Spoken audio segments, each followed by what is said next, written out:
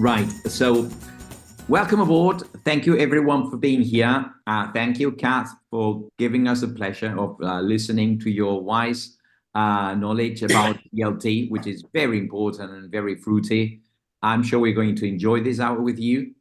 For those who are not familiar with Katherine, she's got a very, very important and long experience in teaching, all right, more than 30 years, all right, as a teacher trainer, and as an author as well, all right. She's held positions in TESOL, Spain, all right, so she's been teaching in academies, in Escuelas Oficiales de Idiomas. She's got an award-winning ELT footprint community, all right, and she's written more than 100 course books, both text and online, all right. She even has her own blog, which is I recommend you to follow, which is an A to Z of writing ELT materials, all right. So that's there it is for you when you finish. Go and log in and subscribe. Kath, thank you very much for being here. And I'm sure that this creative session will be very rewarding. All right, so welcome everyone aboard. And then I'm going to be silent now and leave the floor to Katherine. Welcome and thank you. Thanks very much. Thanks for the lovely introduction, and thanks to everybody for coming along. So I mentioned earlier that I've lived in Spain since 1987. I live in the north of Spain, in Burgos. When I first came, I lived in Madrid, and then I spent many years in the Basque Country. Originally, I come from South Wales. So if you're wondering about my accent, everybody always says, "What's that accent?" And I've got a very typical South Wales accent. So I'm going to share my screen. So I'll do that now. So that I can share slides with you, and you should be able to see the slides. So good. Well, I've called this creating tailor-made and digital material for C1, C2 classes. Really, it's probably equally valid for any level classes, but I know that Usoa particularly wanted me to think about higher level classes, because sometimes it's a little bit more challenging, if you like. So what I'm going to do, I'm going to talk about, I'm trying to do through two things at once. I thought what I'd do basically is talk about some principles, some key principles about making materials and designing materials, what to think about. And then I'm just going to go through, I'm going to make some materials, if you like, with you. I'm just going to go through the process of making a typical maybe worksheet, whatever.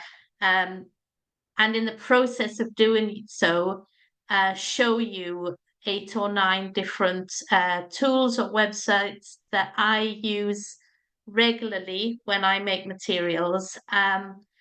Some of them you might be familiar with. Hopefully there'll be one or two that you don't know. And what they have in common is that they're all free, and they're all very easy to use, because I'm not very tech minded at all. So when I look for apps and things, tools to use, they have to be user friendly, or I lose interest very quickly. So let's start. So principles. Most people hear about principles of learning, or we read about principles of learning English, principles of teaching English, etc. But we don't often talk about principles for materials design or materials writing. And over the past 10 years or so, this is something that I've become increasingly interested in. I've written some articles about this topic, so we'll be able to find those probably by Googling them. But basically, for the past 30 or 40 years, there have been 2 or 3 people writing about principles of materials, and they're coming at it from a very academic perspective. And I would describe the principles that they've come up with as being universal principles. Okay, so they're all very common sense principles, things like materials need to promote authentic output, something like that, okay? But as a materials writer myself, working, my day-to-day job, I realized that very often the principles that were pushing my work forward and that I was having to adhere to, if you like, were not these universal principles, but they were more context driven. So, for example, if I write a course book for Kuwait, it's one example. One of the principles might be that all of the pictures have to be very discreet. I have to follow certain conventions, etc.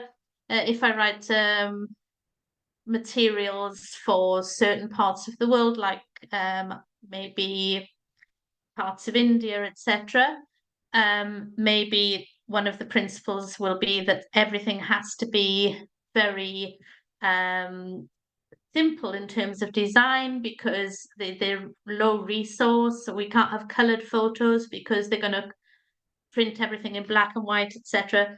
So I sort of think that principles should be considered like in two ways, universal and context driven.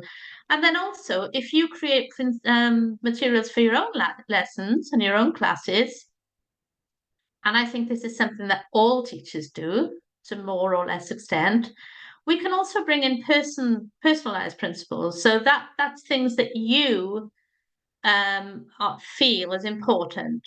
And this can be things like, I want to show more diversity in my materials, for example. It might be something to do with that kind of thing, or certain values, or something very practical. So, for example, I had I was working with a group of teachers from one part of the world. It was in Korea, actually, and one of the teachers said that all of his materials had to have a space on the page for writing in, because they needed to have a record of their answers and their writing within the materials and not separately in a notebook. It was just a cultural thing. So the good thing is that you can just decide yourself which principles are important to you. But the important thing when you start writing materials, I think, is to have some principles. So I was going to ask you to just have a quick look at these principles. You don't need to, you can just think about the answers here and just decide. I've got 7 here that I've written, randomly chosen. And you decide if you think they are universal or context driven. So I'm going to give you just a couple of minutes to look at them and see what you think, and then I'll tell you what I think. Sometimes it's clear cut and sometimes it might be less obvious. But this is the kind of thing I'm talking about when I'm talking about principles.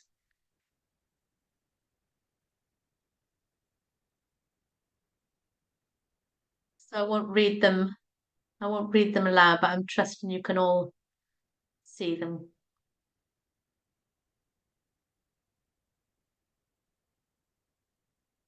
Okay, I'm just going to step onto the next slide where I've sort of put the answers there. So you can see there, arouse and sustain learners' curiosity and attention. That's universal. What I always think that these principles, for me, it's just common sense. You wouldn't set out to write materials that were not going to interest the learners. That would be absurd. And then some of the more context-driven ones. So, for example, if you're working for a particular escuela de idiomas, for example, you might be told that your materials must align to the school curriculum or not. You might be able to do something on anything you like. Different schools have different regulations. And the reason I'm showing you this really is because I think it's worth considering when you set out to write some materials for your students. I think what we tend to do as a general rule, I know I always used to, I might see a newspaper article, or I might listen to a song, or I might, and you have your writing materials radar on, if you like, and you think, oh, that's really good for my, my first certificate class or whatever. And then you take it and you sort of do it, but you don't think about the principles behind it. And I think it's important to have some principles. So what you can do is write a few that are important to you before you actually start creating the materials around the content. So let's get started. And you can read this, you can read it on principles. I'll share some links later. So the first thing that you need to do, I think is very important. When you write materials, you need to think about the variety of activities. Now, this might seem obvious as well. There are a number of ways and a number of different kinds of methodologies, if you like, around this topic about activities, varieties of activities. But I find this one particularly useful. And what this is heads up activities, heads down activities, and heads together activities. So if you create a workshop for an hour long lesson, for example, and there are some activities in which the students have their heads up, so they're looking at the screen or the front of the class, you're talking to them, you're explaining, they're listening to instructions, etc. You might be showing them how some grammar works, whatever. That's heads up. Heads down is when they might be actually engaged in doing an exercise, or true or false, or reading something, whatever. And heads together is when they are talking with their classmates, or in groups or in pairs or whatever. And if you can create your materials and then look at them and check that there's at least one of each of these kinds. There might be more of one and fewer of another. But if you've got a broad range that covers, it gives with examples of these three kinds of activities, then that's good, because what you're doing, you're giving them an opportunity to study, to engage, and to activate what they're learning. So that's something to keep in mind. So I'm going to go through some materials now, and I'm going to start off with a typical lead-in that you might have on a worksheet. So you might have a photo. I think photos or an image is a great way to start a lesson and start some materials. And a lot of the typical course books begin with a photograph, don't they? And you might ask, well, here I've got this photo. I've actually taken this photo from a news article, which I'm going to show you in a minute. And you might have you'll have an instruction with it. So I've put this instruction because I'm thinking about teaching online, maybe, and you can say to the students, write 3 questions about the photo. So rather than describing or speculating, they can actually ask questions. But there are a million things you could do with this photo. But I think photos are a good way to engage at the very beginning of a lesson. Now, you might know some useful websites where you can find copyright-free photos. It's very important that when we use materials, especially online, we've got permission to use them. Okay, they've got a Creative Commons license that gives us permission to use them, and this is not only because it's the right thing to do, but because as teachers, we're models for our students, and we should be modeling this behavior, if you like. So we can't just use any picture that we find and think, oh, it's okay to use it, nobody will know. So my first tip, if you like, and one thing that I use a lot, when I do a lot, there are sites where you can find copyright-free images to use. But a simple way of doing this is to actually use the advanced image search on Google. And what you can do, you write in at the top, I've written there, child holding mobile phone. Okay, so that's the image I'm looking for. And then you've got a couple, you can narrow the results in a number of ways. And if you look at the very bottom of the page there, the last item is usage rights. And if you click on there, a number of options come up. And if you click on the one that says Creative Commons licenses, then you do a search, you'll come up with pages and pages of photos which have the Creative Commons licenses that you can use them. They'll be free to use. So this is the first page that came up on when I did the Google search, and lots of these photos are Pexels, because Pexels is one of the websites where you find lots of free to use images. But there were hundreds and hundreds of pages, and I might have narrowed down the search, or I might think, oh, that's quite a good one. I quite like the one on the left in the middle of the boy with the blue background there. So it's a good way of quickly finding an image that's free to use, if you like. So another lead-in, another good lead-in to what we're about to see in a moment can be a poll.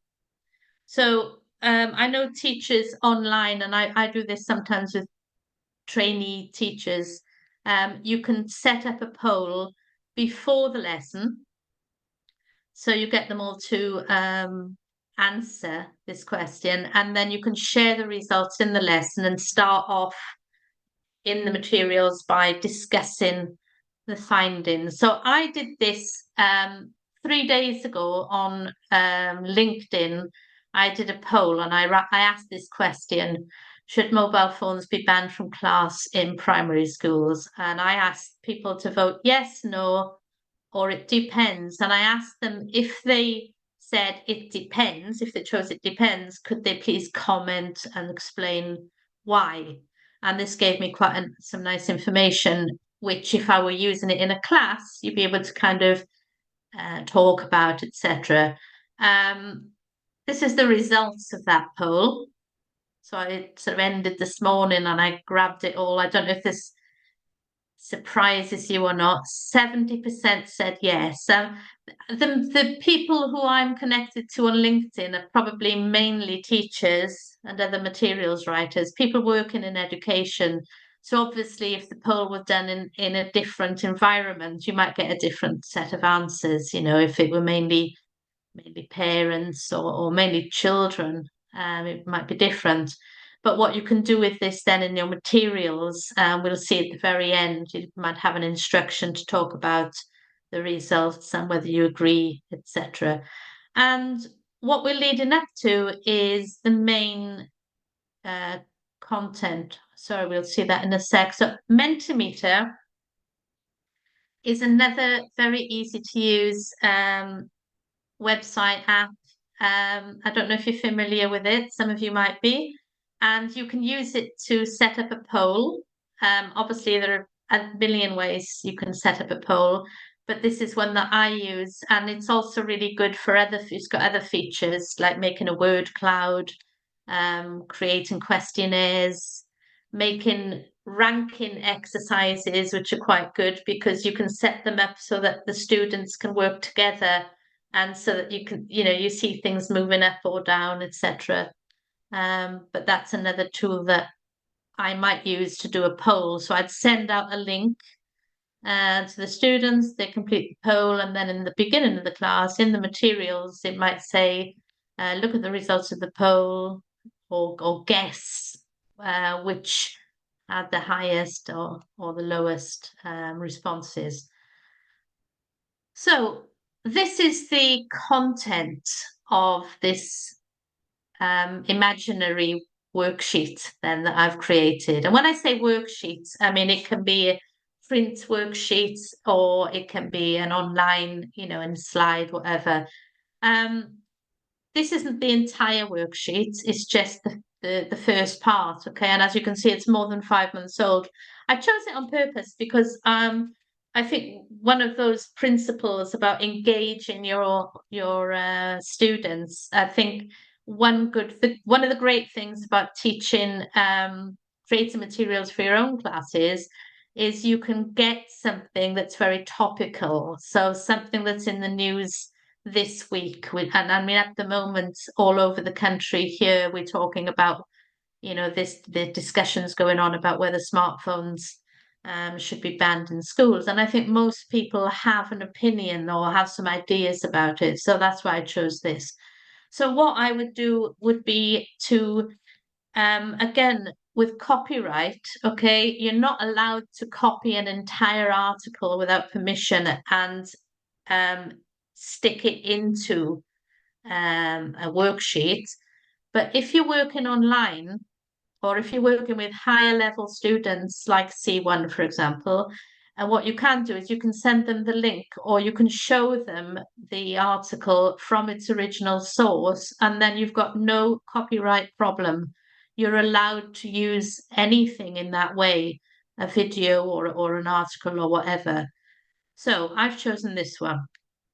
And I'm not going to show you the whole, it's not necessary to show you the whole video, the whole article. It's got some interesting language in there.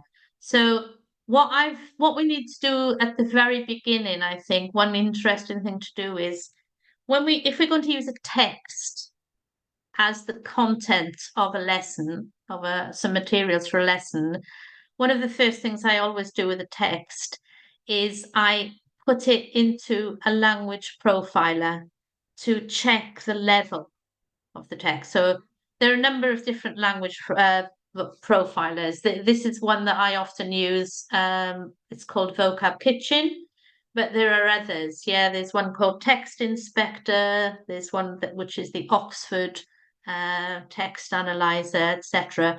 And they're all very similar. They all do similar things.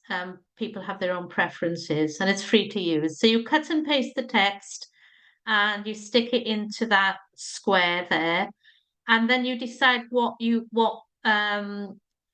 parameters you want to use to analyze the text. And usually, in my case, I'll analyze it according to the CEFR, the Common European Framework.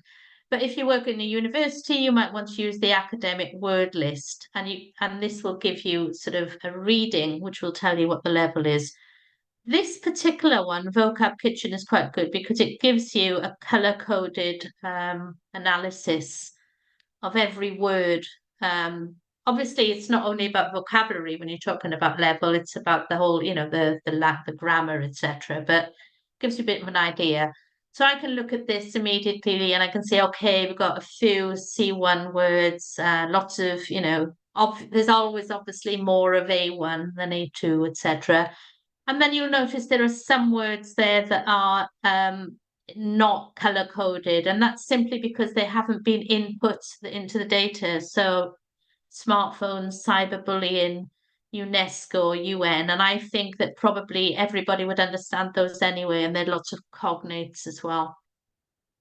So I would do this with the whole article, and then I might select some interesting words to do something with. So at the end, I'll show you what the instructions in my worksheet might be.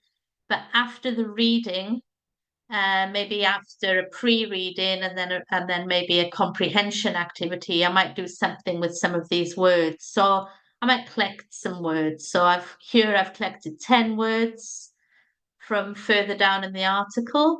The higher level words and a couple that were not actually in there because they might be new, and then I can do something with those words. And there are so many different activities you can do to recycle and get them looking at these words. And one of them that I use is I make a crossword puzzle. There are lots of sites online where you can make crosswords, and this is one of my favorites because it's just so easy. Puzzle Maker, Discovery Education. They've got other puzzles that you can make there as well, not only crosswords. And you put your title in, you put your words in, and you get your grid. And what I might do here is, instead of having a typical crossword, I might flip this. So what I might do is I might get the answers, and then I might turn this into a speaking activity where I ask my students to work in pairs, and or they might work together to write definitions for these words.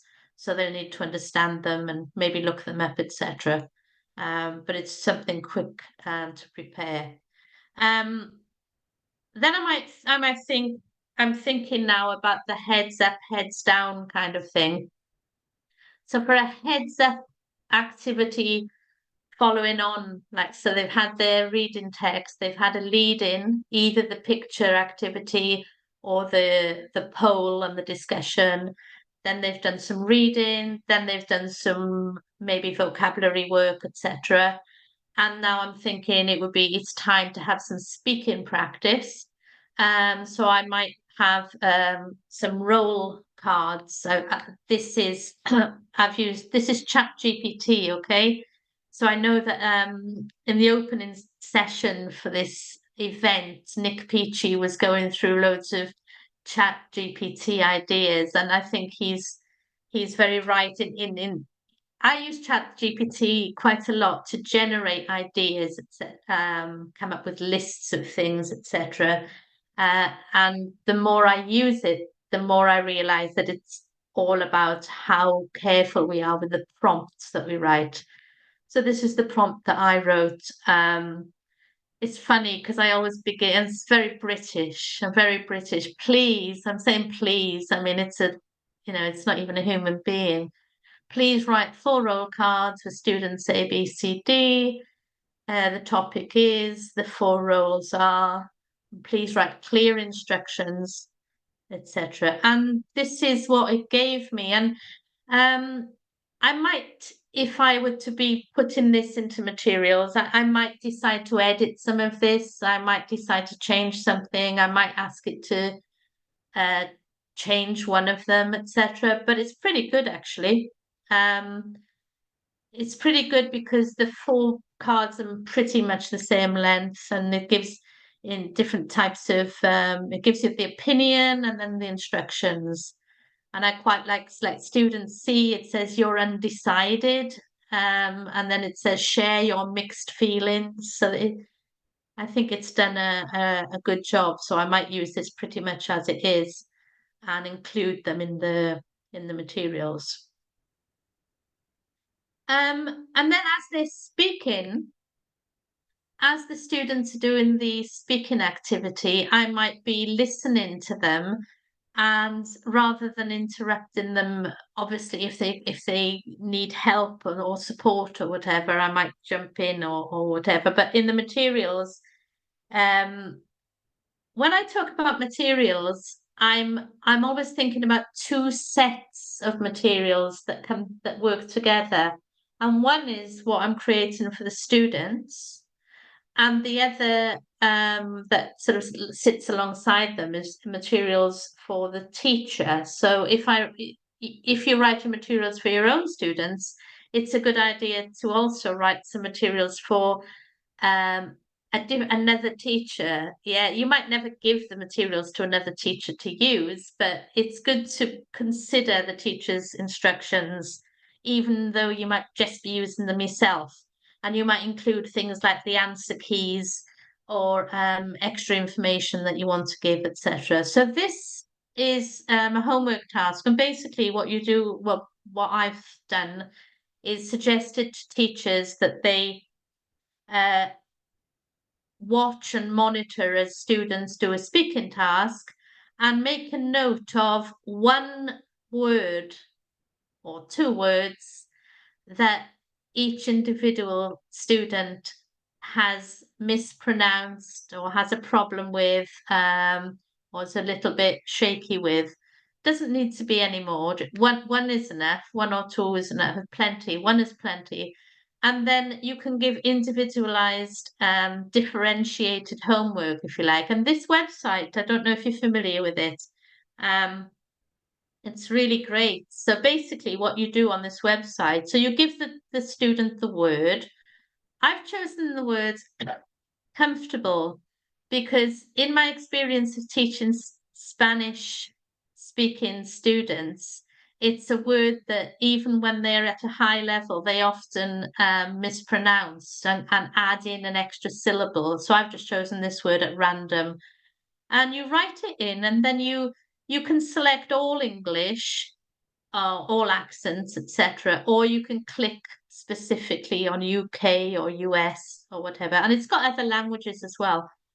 And then you click, and as it said, you see here, this one particularly, there are 55,293 videos. Obviously, your students are not going to look at all of those, but they are short videos. This is one of the longer ones with somebody speaking and where they're using this word, and you get the transcript there. So basically, they can listen to 4 or 5 videos and hear different people saying the word, and just listen and practice and repeat. So it's quite a nice thing for self-study, I think. And this, I don't know if you're familiar with Vocaroo. Now, I was using Vocaroo, oh gosh, ages. I've been using it for years, and I used to have a class of primary children, and I used to give them homework, and I used to give them a choice, and they could write something, or they could record themselves saying something and send it to me. And at the time, we didn't have so many devices, etc. These days, students can record a message on their mobile phone and send it in. But Vocaroo is quite nice too. This is what the website looks like. If you go to Vocaroo, this is what you'll see. There's nothing else on the screen. It's just that. And basically, you click that red button and record something, and then you send it by email to your teacher. And the good thing about providing, well, firstly, it's a good idea to provide a choice, I think, in materials when you can. And a homework activity is a perfect opportunity for providing a choice. And speaking is often neglected, I think, as a homework choice, especially, but this is quite good. What happens, I don't know if it happens so much with adults, probably, but what happens with children is that they'll record whatever it is that you ask them to record. So in this case, you might say, give your opinion on whether, what you think about the Guardian article, whether mobile phones should be banned from primary schools, etc. And what people do, there's a tendency they record themselves, they listen to it, they won't be very happy about it, so they'll delete that version and record it again. And they might repeat it 2 or 3 or 4 times, and that's really good practice. And it's kind of human nature. It's what we do because we think, oh no, I can't send that in. So it's a way of getting them to practice speaking. So at the end of that, which I think could be like, an hour lesson, whatever, with some homework, my instructions on the page might look like this. It might not be everything here. So I might have a lead in, which is look at the photo, write one question about it, discuss the questions. Or I might have lead in, discuss the survey results. Does anything surprise you? Do you think the survey would have similar results in your school? So I think personalizing an instruction, making them, bringing it closer to home is always a good idea. Then reading, read the headline and subheading. What information do you expect in the article? So that's your classic pre-reading kind of article. Activity rather. And then number 4, read the article, then answer the questions. I think for me, instructions have to be very clear and very not too long. Yeah, sometimes they're too long and too complex. And the questions might be open-ended questions, or they might be true or false or multiple choice. You can decide that. Yeah. Again, I think variety is good. So if you're if you're creating lots of different materials for the same students, then, you know, one reading might have one type of exercise, or you might be using the same, if your students are going to take some kind of exam at the end of the year, it's often a good idea to use the same exam style questions to get them trained into how to answer those questions, I think. Then you might have a vocabulary activity. In this case, I've put right definitions for the crossword answers. Could be any other kind. Pronunciation there, I've put that as being self-study.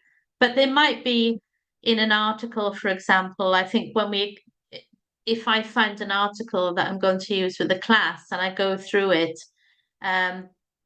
it's a good idea to have that radar on as well, where you might think, okay, which words might they stumble over? Or is there anything in here that they might find a little bit challenging in terms of pronunciation?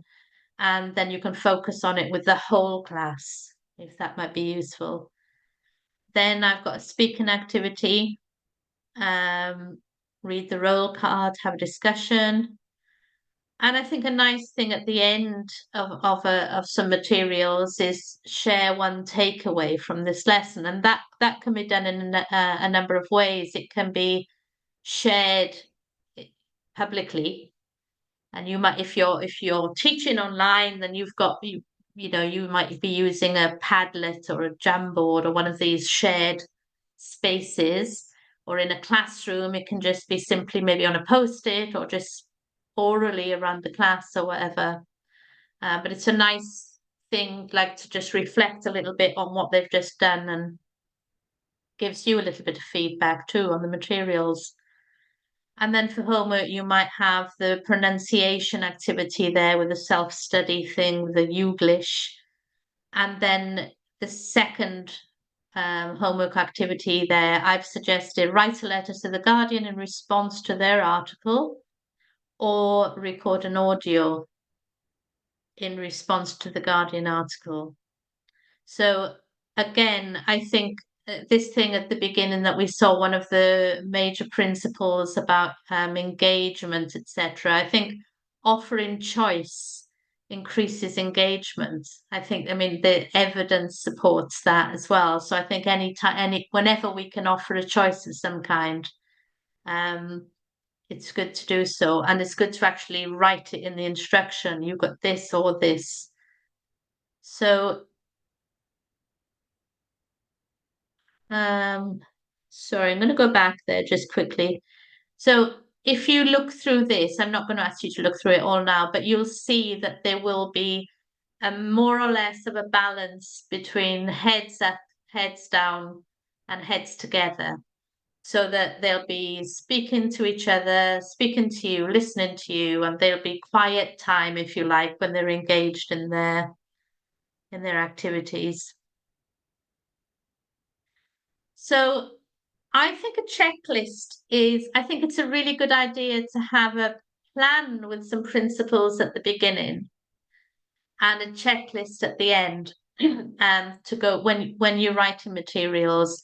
And this is an example of a checklist, okay? So you don't need, you can add your own things that are important. And I think for me, these are probably some of the most important things to check. So the first one, do I have the right to use this content? And as I said before, if you're going to use the content from its original source, so if you're going to show a video from YouTube directly, or if you're going to show an article from, the original newspaper or whatever, that's fine. Is the level appropriate? So when I showed you the level, the language, the vocabulary analyzer, etc. earlier, if you were teaching, for example, B1 level, then what you would have to do is change that. Well, you could either change the text in some way, but then you've got a problem with copyright. You're allowed to use a certain amount. They call it fair play, if you like. So you might decide to change a few of the words, and I think most people tend to go for the second option of just identifying, some of the words that might be above level and building in some kind of activity in the materials where you pre-teach that vocabulary, or simply have a glossary on the page. I'm a huge fan of a glossary box. Or encourage students to use an online dictionary, have one open as they're working. Another tip, actually, if you write an activity if you want to write one of those activities where one of my favorite activities for writing, where you've got a list of words, or you write definitions and they have to write the words. And it's not easy to write definitions.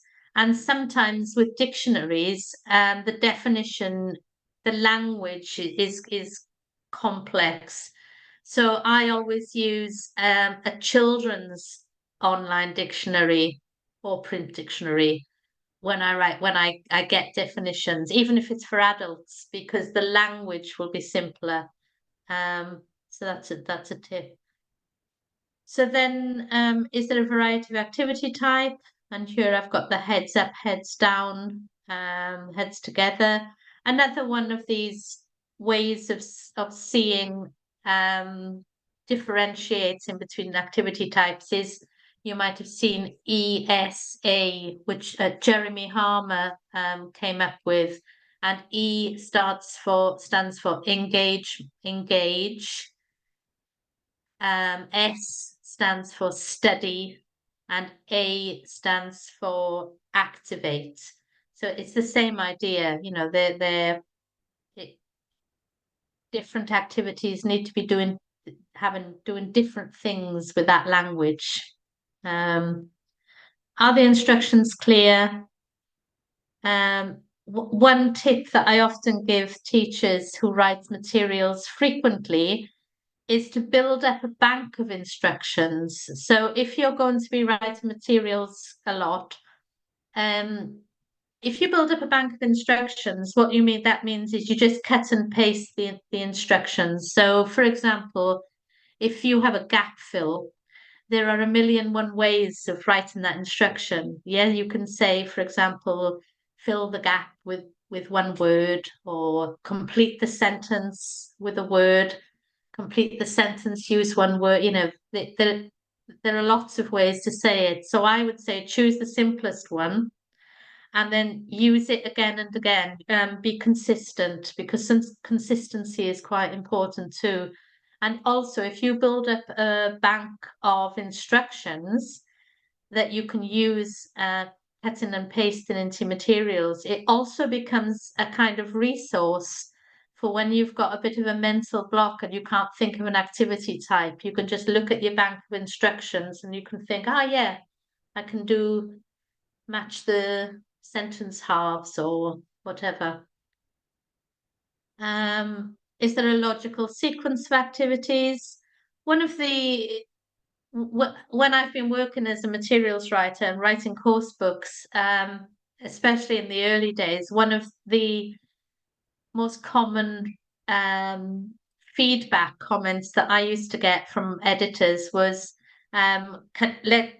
these two exercises are fine, but let's change the order of them because, and they would justify that request to change it, and they were always right. Yeah. And sometimes sometimes it's a simple thing and you think, yeah, if they do that first, then they'll have more support to do whatever.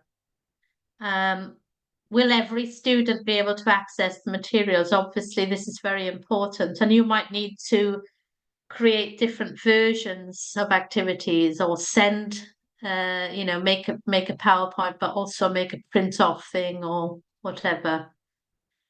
Number 7, have I included an opportunity for authentic output? So here the the role play activity is quite authentic, I think, having that discussion and then responding with your own viewpoints, either written or speaking. The more authentic, the better input and output. I think most people would agree. And having included an opportunity for personalization. And I think that you might have another thing that's very important for you, and you need to add it to that checklist, or there might be something on there that you don't consider particularly important. But I think having between 6 and 10 items on a checklist is great, because it's very easy to just forget something. It's very easy. So, for example, if you have to include a homework task because your institution requires it. I used to work for the British Council, and we had to give homework. So any materials that I made for my own students, I had to include a homework task. So that might be something I would add to checklist. So tools I've used to create that imaginary worksheet. I got the article from The Guardian online. Millions of online publications.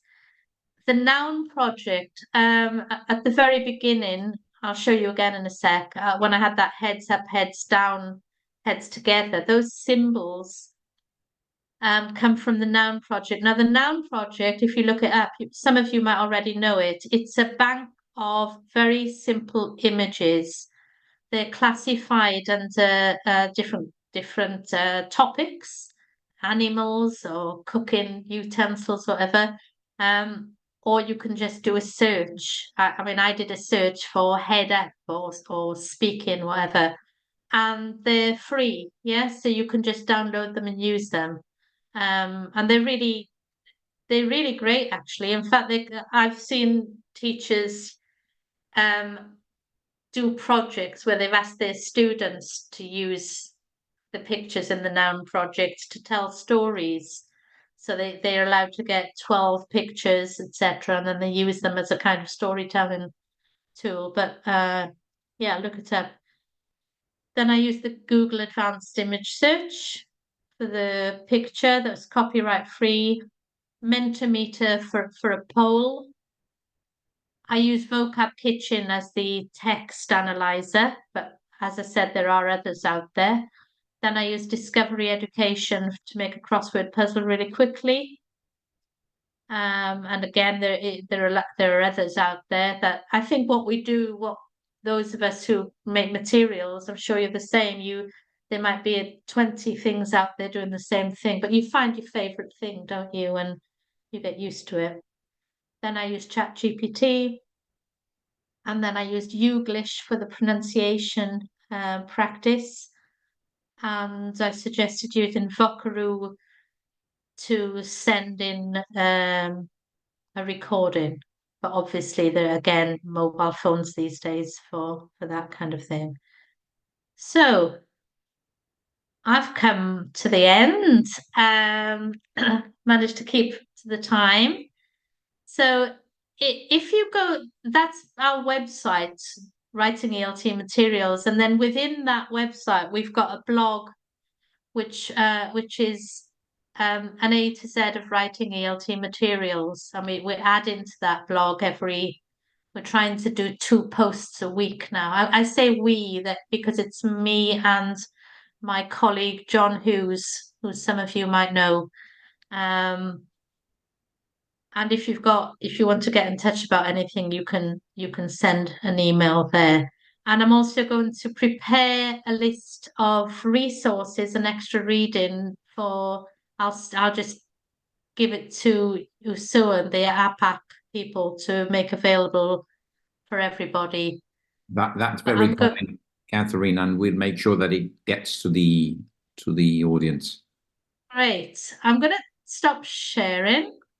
Jolly good. But I'm very happy to answer any questions, or if you've got any comments or anything at all, fire away, put me on the spot. There you are. Time for questions, ladies and gentlemen. It's been very fruity and very, very useful. I hope at least one of those apps or whatever was new to each of you and you didn't know about all of them. It's nice discovering one new tool or one new one new app. But Yeah. please ask me anything, or if there's something you disagree with, feel No, free. no. I'm not at all Out of experience, I'd rather say that it's very important when you use ICT tools and resources or web tools, which are extremely useful, like the ones that you've shown. It's very important for teachers to keep checking that they're valid or they're still valid, because sometimes um, if they go premium, it's because they go premium, you can't pay them because the school is yeah, poor or something. Or sometimes they want to stick to free versions and they go, I mean, they've got to close down. And then you've yeah. got to check it up before you start a project, because sometimes it happened to me. I mean, there's so many and so rich, but sometimes you've got to check that they're still valid. Yeah, I was told recently that Jamboard is going to be closing down. Yep. So people are using Padlet more, but Yeah. maybe Padlet will.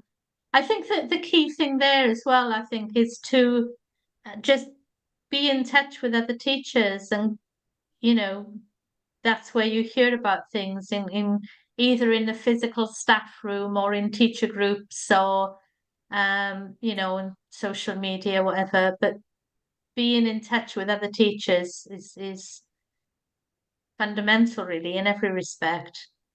Keeping in touch with them, or just following those newsletters or those platforms that keep, I mean, if you profile your search, I mean, or you just specify that you want to get news on teaching or on ICT or ICT and education, and you keep getting these newsletters with new resources and new experiences or things like that, that's very useful.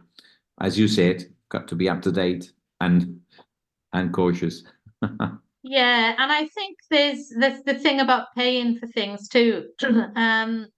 If you are using something frequently, sometimes the price is actually really low, just like a couple of euros or dollars or whatever, Yeah, and yeah, it's not, so sometimes we think there's a free version and we assume that the paid version is going to be a £500 a year or something, and it's not. It's like £5 a year or something. So yeah, it's definitely worth, if it's something that you use yeah. frequently. The school should Yeah, cover. That's the thing. I mean, schools pay money for textbooks and many things, or resources, or extra things. And when it comes to, oh, please, I mean, could you just pay the subscription yeah, to Incarnate, for example, to create maps, yeah, or those that create escape rooms for, I mean, or that, yeah, I mean, let students create their own. Maybe it's just €80 a year. yeah. Maybe it's not the I think teacher, it's it's the school that has to cover somehow. yeah, and teachers need to ask as well. I think we need to ask Yeah. our head of studies or Yeah. director or whoever, because if we don't ask, then we don't get. But Yeah, you're right. it's worth asking.